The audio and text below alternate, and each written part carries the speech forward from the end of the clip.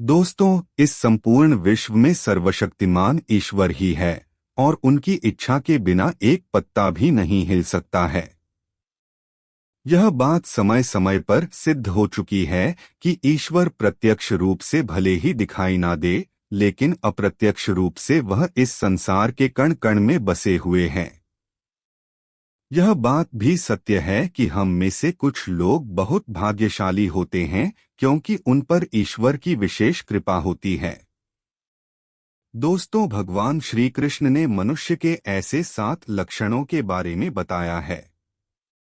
यदि किसी व्यक्ति के अंदर यह 7 लक्षण दिखाई देते हैं तो वह कोई साधारण मानव नहीं है। श्री कृष्ण ने ऐसे मनुष्य को सर्वश्रेष्ठ कहा है क्योंकि साधारण मनुष्य में ऐसे लक्षण नहीं होते हैं। एक व्यक्ति के अंदर जन्म से ही ऐसे लक्षण दिखाई देने लगते हैं और जब वे बड़े हो जाते हैं तो संसार में कीर्ति प्राप्त करते हैं। श्री कृष्ण के अनुसार प्रत्येक मनुष्य के जन्म के पीछे उद्देश्य होता है मनुष्य योनि प्राप्त होना। साधारण बात नहीं है। 84 लाख योनियों में सर्वश्रेष्ठ मनुष्य योनि को ही कहा गया है। मनुष्य का जन्म लेकर प्राणी जो कार्य कर सकता है वह किसी अन्य प्राणी के रूप में जन्म लेकर नहीं कर सकता। इसीलिए मनुष्य को ईश्वर को धन्यवाद देना चाहिए कि उसे मनुष्य प्राप्त हुई है।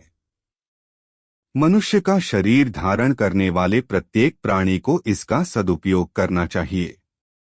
संसार के कल्याण की भावना से कार्य करने चाहिए, किंतु कुछ मनुष्य का जन्म लेकर भी जानवरों की तरह बर्ताव करते हैं। यह बात भी सत्य है कि हम में से कुछ लोग बहुत भाग्यशाली होते हैं क्योंकि उन पर ईश्वर की विशेष कृपा होती है और कुछ ऐसी शक्तियां उनके आसपास हमेशा विद्यमान होती है जो हर समय उन्हें सही मार्ग दिखाती है और हर मुश्किल में सहायता करती है। यही नहीं, ये ईश्वरीय शक्तियां कुछ ऐसे व्यक्तियों को चुनती है जो खुद भी सही मार्ग पर चलते हैं और दूसरे लोगों का भी सही मार्गदर्शन करते हैं। ये लोग दूसरों को भी धर्म के मार्ग पर चलने के लिए प्रेरित करते हैं, लेकिन आप यह कैसे जान सकते हैं कि आपके साथ कोई अलौकिक शक्ति है जो सदैव ही आपकी रक्षा कर रही है, जिसके कारण आप कई बार मौत को छूकर निकल जाते हैं। किसी बड़ी दुर्घटना से आप बच जाते हैं। यह कभी किसी बड़ी मुसीबत में नहीं फंसते हैं। यह सब कुछ उस अलौकिक शक्ति के कारण हो रहा है जो आपकी हमेशा रक्षा कर रही है।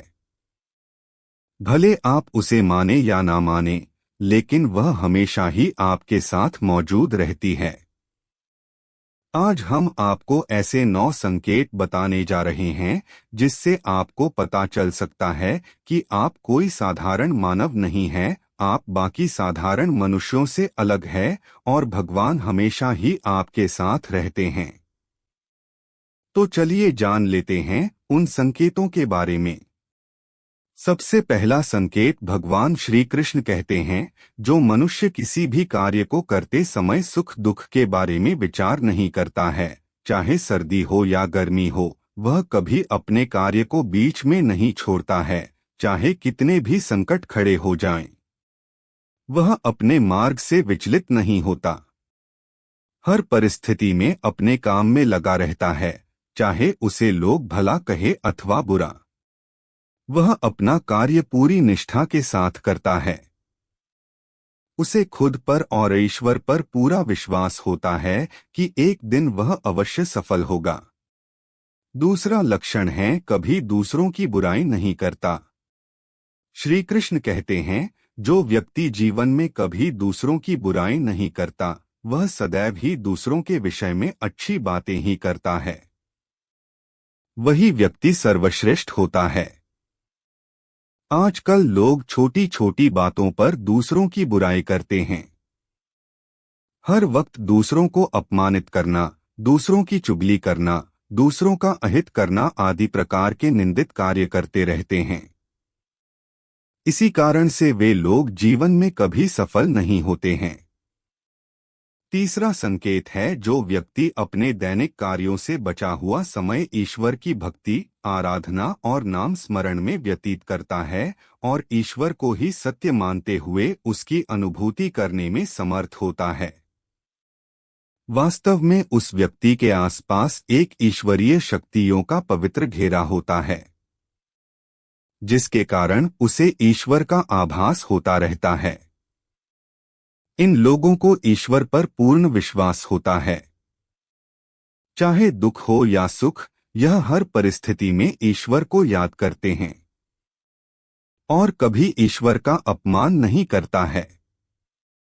चौथी बात, जो व्यक्ति समाज के प्रति अपना दायित्व समझते हुए अच्छे और पुण्य के काम करता है, मुसीबत में फंसे लोगों की तथा गरीब और लाचार व्यक्तियों की मदद करता है, आपदा और विपदा आने पर पशु पक्षियों की मदद करता है, बुजुर्गों का तथा शरीर से अपंग व्यक्ति का कभी अपमान नहीं करता, कभी किसी को हीन समझकर उसका तिरस्कार नहीं करता है, वह मनुष्यों में सर्वश्रेष्ठ होता है। हर व्यक्ति में ऐसे गुण नहीं होते हैं। जिन लोगों पर ईश्वरीय कृपा होती है, उनके अंदर ही ऐसे लक्षण होते हैं। जो खुद पुण्य के काम करता है और दूसरों को भी ऐसे काम करने के लिए प्रेरित करता है। पांचवा संकेत है, अन्याय नहीं करता। श्री कृष्ण कहते हैं, जो व्यक्ति कभी दूसरों के साथ अन्याय नहीं करता, कभी दूसरों का धन नहीं हड़पता, कभी भी दूसरों की मजबूरी का फायदा नहीं उठाता, वही व्यक्ति श्रेष्ठ होता है। जो मनुष्य कभी दूसरों की आजीविका पर चोट नहीं करता और ना ही कभी दूसरों से घृणा करता है, वह मनुष्य संसार में कीर्ति पाता है। छठा संकेत है, पूर्वाभास होना। संसार में कुछ ही लोगों के पास एक अनोखी शक्ति होती है, जिससे उन्हें भविष्य में होने वाली कुछ विशेष घटनाओं का आभास पहले ही हो जाता है। भविष्य में कुछ बुरा होने वाला होता है तो उसका पता इन्हें पहले ही चल जाता है। इनका मन अचानक ही बेचैन हो जाता है। आसपास के वातावरण में इन्हें बदलाव महसूस होने लगता है। प्रकृति में इन्हें कुछ ऐसे दृश्य दिखाई देते हैं जो अशोक चिन्ह होते हैं, जिससे इन्हें पता चल जाता है कि कुछ बुरा होने वाला है और ये सावधान हो जाते हैं। सातवां संकेत है, कुछ लोगों को हमेशा अपने आसपास एक विशिष्ट प्रकार की सुगंध का अनुभव होता है। हमेशा सुगंधित फूल, धूप, अगरबत्ती या कपूर जैसी पवित्र सुगंध का झोंका सा हवा में तैरता हुआ सा महसूस होता है, तो यह उसके आसपास ईश्वर की उपस्थिति का संकेत होता है और देवी देवताओं का आशीर्वाद उस व्यक्ति पर होता है। आठवां संकेत है, दोस्तों, हमारे शास्त्रों में ब्रह्मा मुहूर्त का समय बहुत ही शुभ माना जाता है। यह दिन का सबसे महत्वपूर्ण समय होता है। शास्त्रों में इसे देवताओं का समय कहा गया है, क्योंकि इस समय पर वातावरण में एक अनोखी सकारात्मक ऊर्जा का संचार होता है। इसीलिए शास्त्रों में ब्रह्मा मुहूर्त को ही जागने के लिए सर्वश्रेष्ठ माना गया है। दुनिया में ज्यादातर लोगों की नींद ब्रह्मा मुहूर्त के समाप्त होने के बाद ही खुलती है, परंतु अगर किसी व्यक्ति की नींद रोज ब्रह्म मुहूर्त पर अपने आप खुलने लग जाती है तो यह एक अलौकिक संकेत समझा जाता है। नित्य ब्रह्मा मुहूर्त पर जागने वाले लोग जीवन में कभी पराजित नहीं होते हैं।